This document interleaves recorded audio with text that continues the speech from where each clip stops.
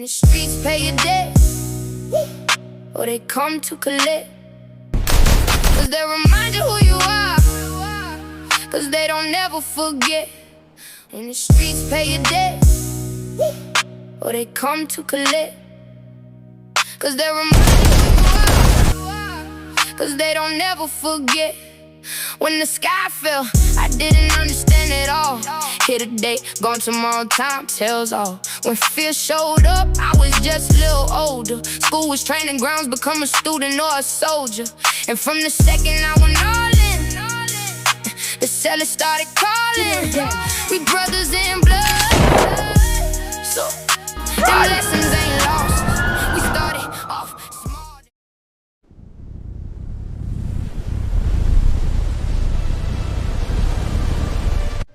Welcome to Detroit, where the sun sets on the west. Tomorrow isn't promised. This is Malik. Before he understood pain, he was just a boy on a bike. Then everything changed. Her pressure's dropping again. The baby isn't positioned right. They say it's complicated. She's young, she's strong, she's gonna pull through. Why are they whispering? I could hear the tremble in their voices. He wasn't your average 7-year-old. He noticed everything. Grandma, is Mama coming home tonight? They're still taking care of her at the hospital. We just gotta pray. She'll be just fine, Malik. But is she really? He could tell when adults were lying, even when they tried to hide it. The baby, too. Is he okay? Still in surgery. No, I'm at Lucille's. After overhearing his family discussing his mom's current condition, he became nervous and went to sleep early, and woke up to the worst news ever. Baby, listen. Your mama, she ain't hurting anymore. God took her home. Why did they have to go? Sometimes God takes them because they fought long as they could. That's not fair. No, baby, it ain't. Family and friends gathered to pay respects. She was only 26. This ain't right, Rose. We gotta be strong for that boy. His mom's room made him feel safe. You can sleep here tonight. Lord, keep your arms around this child. Guide him through the darkest nights. Mama Rose prayed for his protection from this cruel world. Try to sleep. But he had nightmares about growing up. His life had just changed forever. The days that followed moved in slow, aching circles. Grief settled into the house like a permanent guest. We still haven't finished making funeral arrangements. We can't keep putting it off. What name did she want? She wanted to name her Harmony. Harmony. The funeral home said Saturday. We gotta get the church reserved. She was so young, Rose. 26. He couldn't sleep. He couldn't eat. You hungry, baby? No. You want a hug? It's okay to cry. Ain't nothing weak about tears. We gather in sorrow, but also in hope, to honor a life that touched so many. We gather to celebrate the lives of our beloved sisters and to find comfort in our shared memories. Though our hearts break, we hold on to the love that never dies. And to find peace. It's okay to cry, baby. I'm sorry, Mama. I'm sorry, Harmony. You ain't got nothing to be sorry for. Nothing. I can't lose nobody else. I gotta protect who I got left. Home was complicated. Love shared space with stress and absence. Grief lived with Malik like a quiet roommate. He grew taller, a little stronger, a little angrier. Detroit didn't slow down to wait for him to heal. It happened in early June. The street was quiet, except for 2 drunks arguing and a lawnmower sputtering. Then a car pulled up. Malik was on Grandma Lucille's porch, thinking, and Drills stepped out. Come here, little man. But Malik didn't move. Darius, Rose, came to see my son. you came when you felt like it, not when he needed you. I'm here now. He's been doing okay. Don't stir him up unless you plan on staying. I do plan on staying, at least for the day. Got him some things in the car. You hoop yet? No. Well, you gonna learn today. You dribble. Boy, what was that? Hold it like this, not all stiff. Relax, feel it. Okay. Like this? There you go, that's my boy. Thanks, Drills. Anytime, kid. You been taking care of your grandma? Yeah. I'm gonna start coming around more. I promise. Okay. You have a good time? Yeah. I'm glad, baby. But be careful with that heart. What you mean, Mama Rose? People who come and go, they hurt you the worst.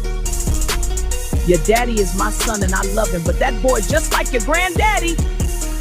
Malik looked down at his shoes. thinking about his mother, thinking about his father, thinking about loss and love and promises.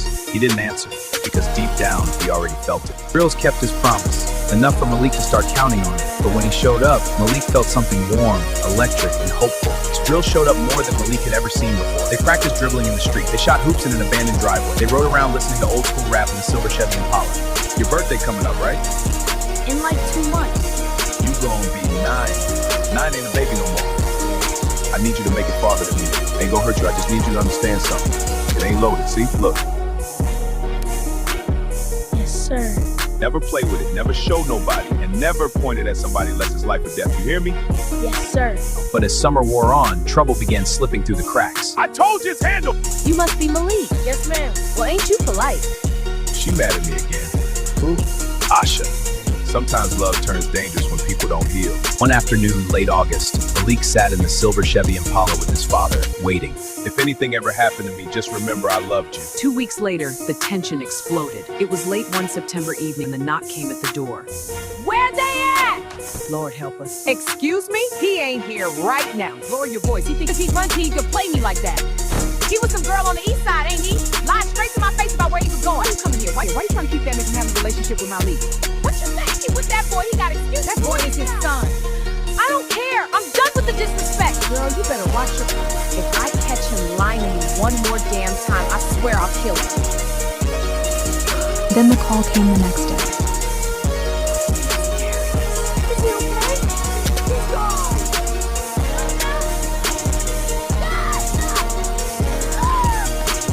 Come home, baby. Come home. That night, after hours of whispers, phone calls, and prayers, that night, Malik learned the truth. Darius was dead, shot, killed in a fight by Asha, his baby mama. Malik's grief turned to anger. At 8, he made a vow: trust nobody, protect yourself. 5th grade. That winter, Malik was in the basement at Ma Rose's house, looking through old boxes of Drills' things, What's this? when he found a black .380 automatic pistol that he began to take with him from that point on. I'm taking this.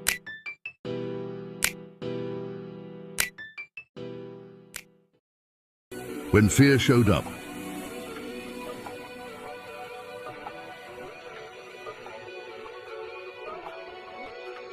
This place isn't what it seems. The walk to school is what matters. You learn that quick. Hey, hold up! What's in the bag? It's mine. Leave me alone. Huh. Attitude will get you in trouble. Whatever. After Drills died, I felt exposed.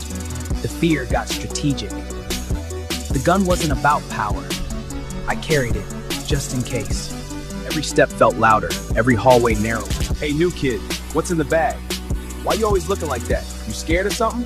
Yo, new kid, you heard what I said! What grade are you in? Tyrone was the school bully You can't hide. who new mistook kid. him as an Huh? easy You got target. money? Nice sneakers? What size are those? I heard you think you tough. Let me see. He got a rude awakening. Don't touch me again.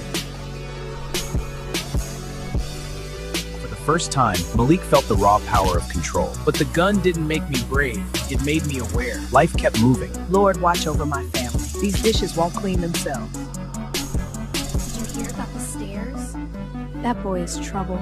That's when he met Pulled it out, Corey. right? You the police? Nah. Just wanted to see what kind of dude you were. And you ain't scared. That mean either you crazy or you already seen enough. What about you? Say, you shouldn't be in that. Shouldn't be where? Born broke? Born unwanted? Corey, for real, what are you into? Brickman money. It's survival. You could get hurt. My father was a ghost. My mother was a call girl. No fairy tale. So you hustling for him? Nah, he don't even know I exist. Why you always hustling so hard, Corey? Hustle because ain't nobody else was gonna save you. We in this together. Middle school became a war zone. Every hall, every classroom, every corner was a potential battlefield. Malik fought in ways he knew, using what he had learned. just to survive.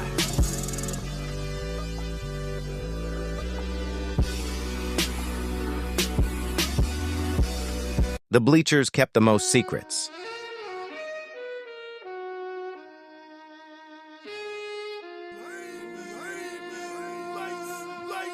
You ever think this life picked us?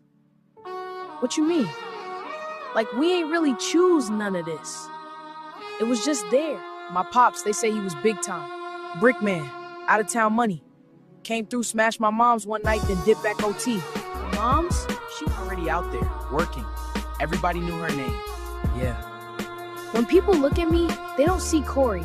They see what they think I'm supposed to be. Yeah, I feel you. First, I lost my OG and Lil Harmony. I didn't know what to do. I couldn't understand why God would let something like that happen. Then after Drills died, I started feeling like if I didn't stay ready, I could be next. That's why you carry? Same. You think there's another way? I think if there is, it don't come free. Nothing we could ever do. Whatever this is, we in it together. Together. Whatever. When fear showed up, look how empty the bleachers are. They walked off the field. Yeah. Malik glanced So back quiet at the now. bleachers. He didn't Feels know like that something's years coming. later, We'll this handle moment it. would shape We always everything. 8th grade fall.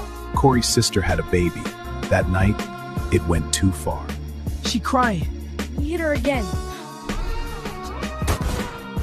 I just wanted him to stop. Run! Stay focused, Corey. We gotta be fearless now. Malik, look around. Guns, money, drugs. This is the life, but at what cost? We have to choose the right path.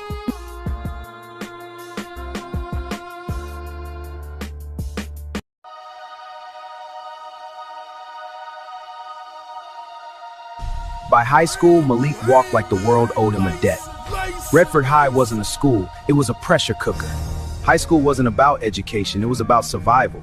At home, things weren't steady. Grandma Lucille's health was slipping, and Aunt Kim was exhausted. Honey, you seem upset. Talk to me. Malik, I know it's hard, but you can't keep this anger inside. You don't understand. Just leave me alone. Malik, wait! I miss my mom. I miss my dad. Every time I hear someone say my mom or my pops, it hurts. I feel like the world took them. It could take me too. He lived with that fear. He slept with it. He walked with it every morning to school.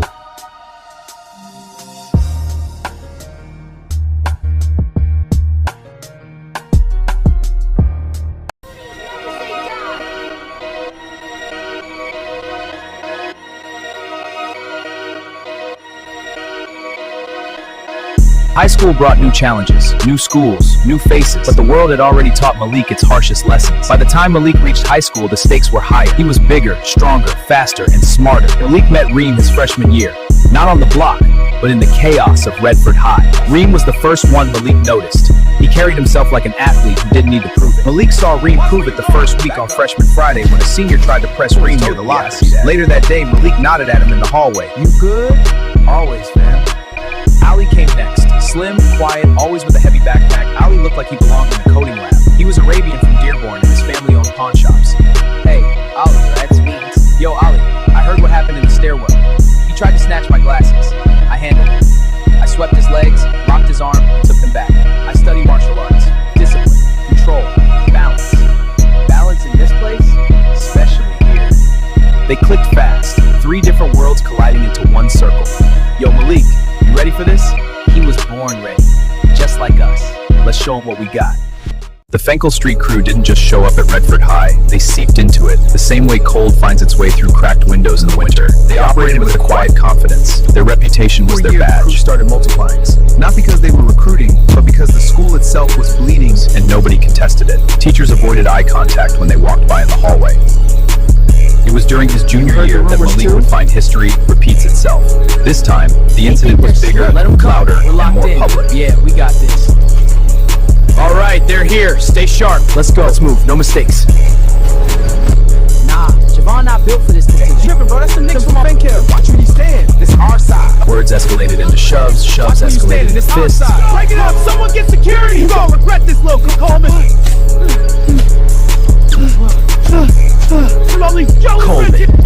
Stop.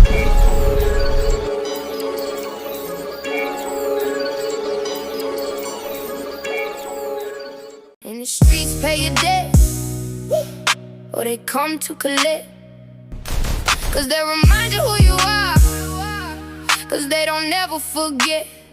In the streets, pay your debt, or they come to collect. Cause they remind you who you are, cause they don't never forget. When the sky fell, I didn't understand it all. Here today, gone tomorrow, time tells all. When fear showed up, I was just a little older. School was training grounds, become a student or a soldier. And from the second I went all in, the sellers started calling. We brothers in blood, so them lessons ain't lost. We started off.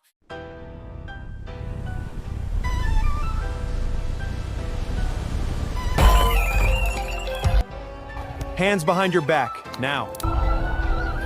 Save your excuses, Malik. We know what happened, Malik. You don't know anything. Gang involvement, drug-related violence, zero tolerance. No one mentioned Rico throwing the first insult. No one mentioned the threats. Redford was done with him. Another door slammed before Malik could explain himself.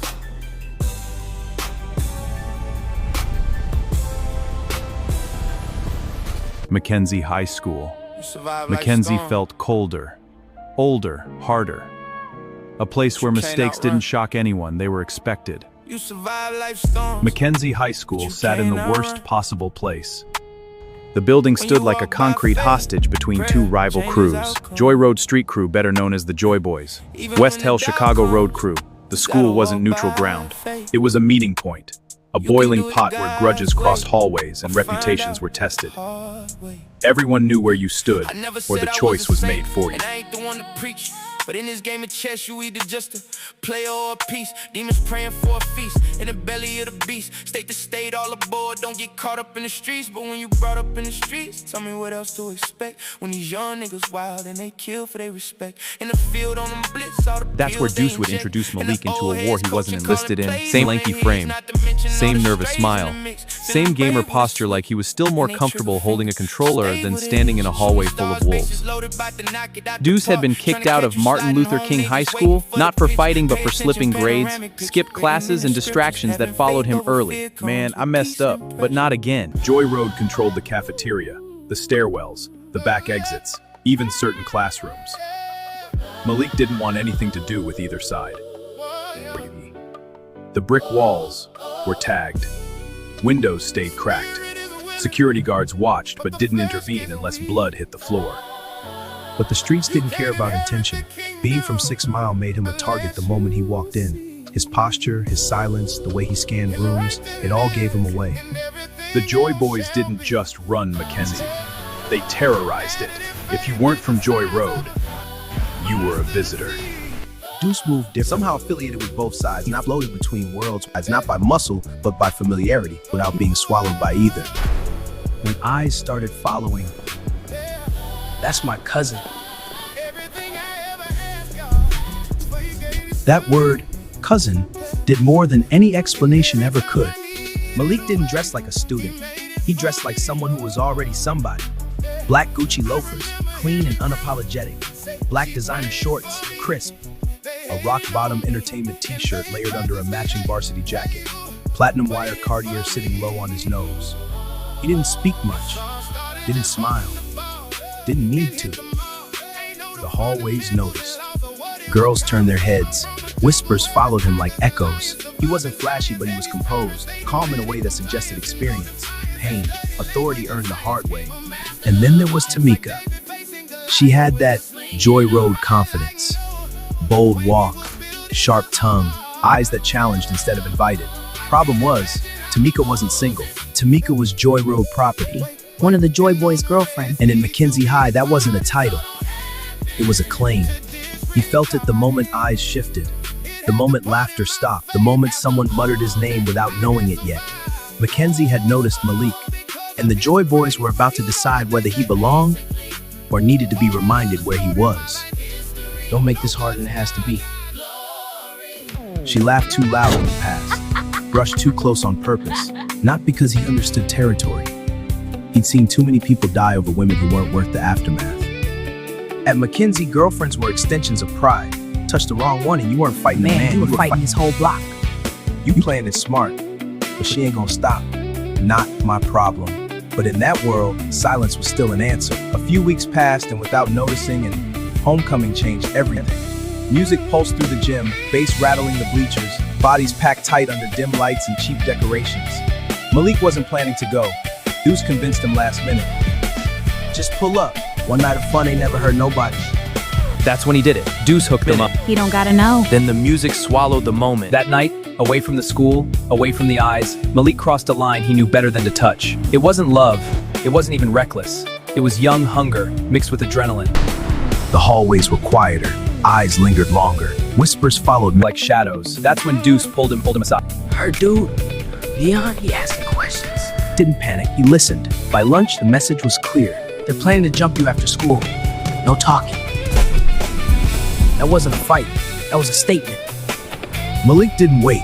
He wasn't going to become an example.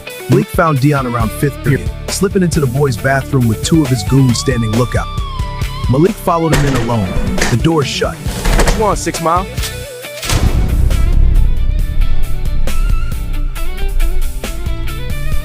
Tell your boys this over.